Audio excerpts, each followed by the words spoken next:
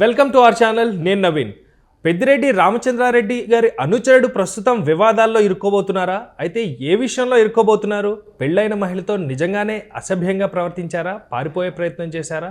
ఇలాంటి అన్ని ప్రశ్నలకి కూడా ప్రస్తుతం నడుస్తున్న ఈ టాపిక్ పైన మనతో మాట్లాడడానికి పొలిటికల్ అనలిస్ట్ శ్రవణ్ గారు ఉన్నారు. సార్తో మాట్లాడదాం. నమస్తే అండి.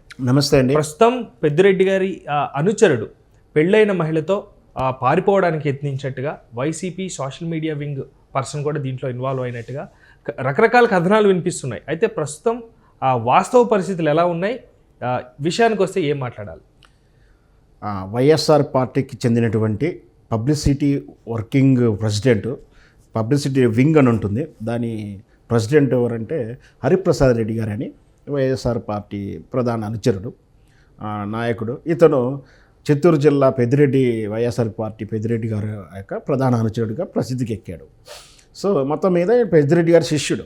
ఈయన ఏం చూస్తున్నాడంటే వైఎస్ఆర్ పార్టీ పబ్లిసిటీ వింగ్ను ఇన్ఛార్జ్గా వ్యవహరిస్తున్నాడు. ఇంతవరకు బాగానే ఉంది.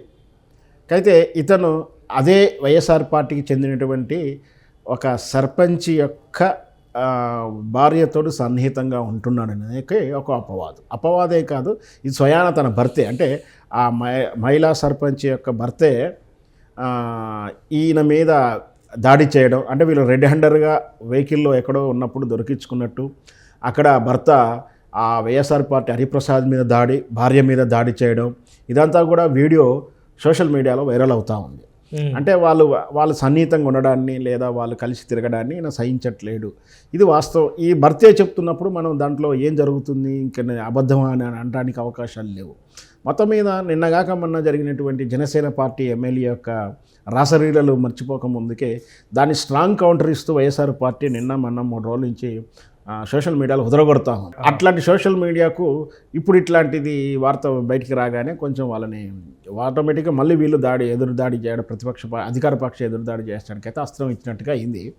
అయితే అతను పెద్ద ఎమ్మెల్యే అయినప్పటికీ ఇతను మామూలు ఇన్ఛార్జి పార్టీ కార్యకర్త అయినప్పటికీ ఇష్యూ అయితే పార్టీలో స్త్రీల పట్ల అనుచితంగా ప్రవర్తిస్తున్న తీరును మనం ఇప్పుడు ఆలోచించాల్సిన ఉంది. ఎందుకంటే అధికారిక హోదా ఉండి సమాజం కోసం పనిచేస్తామన్నటువంటి ఈ రాజకీయ నాయకులు సమాజంలో ఉన్నటువంటి సమస్యలు తీరుస్తామని చెప్పి కంకణం కట్టుకున్నట్టుగా వీళ్ళు మాట్లాడే వ్యవహారాలు కాస్త తీరా వాళ్ళు స్త్రీ పట్ల ఇట్లా వ్యామోహంతో, ఇంత బలహీనతోటి, ఇంత సైకాలజీ షాడిజంతో ప్రవర్తిస్తున్న తీరు చూస్తే మనం అది ఏ పార్టీ అయినా సరే బాధపడాల్సిన విషయం. ఎందుకంటే స్త్రీ ఎందుకు అవసరాల రీత్యా తన ఉద్యోగం కోసం బయటకు వస్తుంది, లేదా ఇట్లా ఈమె సర్పంచ్గా అంటున్నారు, ఈమె కూడా ఏదో పని చేయడానికి, రాజకీయంగా సేవలు చేయడానికి, ప్రజల్లోకి తిరగడానికి అవకాశంగా తిరుగుతున్నప్పుడు పార్టీ కార్యకర్తగా తిరుగుతున్న స్త్రీని ఈ విధంగా మాయతోటో మభ్యతోటో లేదా జస్ట్ టెంప్టింగ్ లాంటి అవకాశాలు ఇస్తామను ఏదో ట్రాప్ చేసి ఇట్లా వివాహేతర సంబంధాలకు, ఎందుకంటే వైవాహిక జీవితంలో ఉన్న స్త్రీతోటి ఇట్లా వ్యవహారాలు చేయడం, నిన్నటి జరిగినట్టు జనసేన పార్టీ దాంట్లో కూడా ఆల్రెడీ వాళ్ళకు ఉన్నటువంటి వైవాహిక సంబంధంలో ఉన్నటువంటి డిస్టర్బెన్స్ని పెద్దగా చేస్తూ దాన్ని అడ్వాంటేజ్గా వాడుకోవాలని ప్రయత్నం చేయడం, అమ్మాయి తీరా బ్లాక్మెయిల్ చేసిందని రివర్స్ కేసు అయ్యి ఇప్పుడు ఇద్దరు పరుగు పోయింది. ఇప్పుడు హరిప్రసాద్ గారిపై ఫిజికల్గా దాడి చేశారంటే అది కూడా వాస్తవమే. ఖచ్చితంగా సోషల్ మీడియాలో చూస్తున్నట్టు వీడియో ప్రకారం చూస్తే ఆయన భార్యను కొట్టాడు, హరిప్రసాద్ మీద దాడి చేశాడు, హరిప్రసాద్ కారును ధ్వంసం చేశాడు. మొత్తం మీదకైతే హరిప్రసాద్ ఇంతవరకు అయితే వెళ్ళి కంప్లైంట్ అయితే ఇవ్వలేదు. సోషల్ మీడియాలో అయితే వీడియో వైరల్ అవుతుంది. గత ఉదయం నుంచి అనుకుంటా ఈ వీడియో వైరల్ అవుతుంది. మొత్తం మీద ఈ రాజకీయ నాయకులు ఎవరైనా సరే, వైఎస్ఆర్ పార్టీ అయినా సరే, ఇంకో ఏ పార్టీ అయినా సరే తరచూ వింటూ ఉన్నాం ఇట్లాంటి వార్తలు. సో స్త్రీ పట్ల తన దగ్గర పనిచేసే స్త్రీను, లేదా తనతో పాటు కార్యకర్తగా పనిచేసే స్త్రీను, లేదా ఇంకేదో టికెట్ ఆశించో ఏదో చేసి వచ్చిన స్త్రీలను ఇట్లా మన సినిమా అవకాశాల కోసం వచ్చిన ఆర్టిస్టులు గారు కాస్టింగ్ కౌచ్ ఎలా చేస్తున్నారో ఈ రాజకీయ కౌచ్ కూడా ఈ విధంగా తయారవుతుంది ఈ మధ్యకాలంలో. వీటిని ఇలాగే కొనసాగిస్తూ ఇట్లనే ఇట్లా తప్పు చేసిన వాళ్ళని విస్మరిస్తూ వెనకేసుకొస్తే రాజకీయ పార్టీలు మాత్రం భవిష్యత్తులో ప్రజల ముందు దోషిగా నిలబడే అవకాశాలు. కానీ ఇప్పటికే ఈ అంశం బయటకు వచ్చిన తర్వాత ప్రత్యర్థి పార్టీలు ఏవైతే ఉన్నాయో ఆల్రెడీ వాళ్ళ అస్త్రాలను బయటకు తీస్తున్నారు. ఏవైతే మాటల అస్త్రాలు ఉన్నాయో ఎక్కుపెట్టారు ఆల్రెడీ. సో గతంలో విమర్శించినటువంటి ఒక అంశం పైన మాట్లాడిన వ్యక్తులు ఈరోజు అదే విమర్శను ఎదుర్కొంటున్నారు. కాబట్టి భారీగా మూల్యం చెల్లించాల్సిందే అంటూ అధికార పార్టీలు వార్నింగ్ ఇస్తున్నారు సున్నితంగా. సో వాస్తవమేనండి, అంత యాక్షన్ కూడా తీసుకోవడానికి ఆస్కారం ఉందా? ఖచ్చితంగా ఇప్పుడు వాస్తవానికి అయితే ఇప్పుడు వైఎస్ఆర్ పార్టీకి ప్రతిపక్షం అంటే అధికార పక్షం ఆపోజిట్ పక్షమైనటువంటి పార్టీలకు అస్త్రం ఇచ్చినట్టుగానే భావించవచ్చు.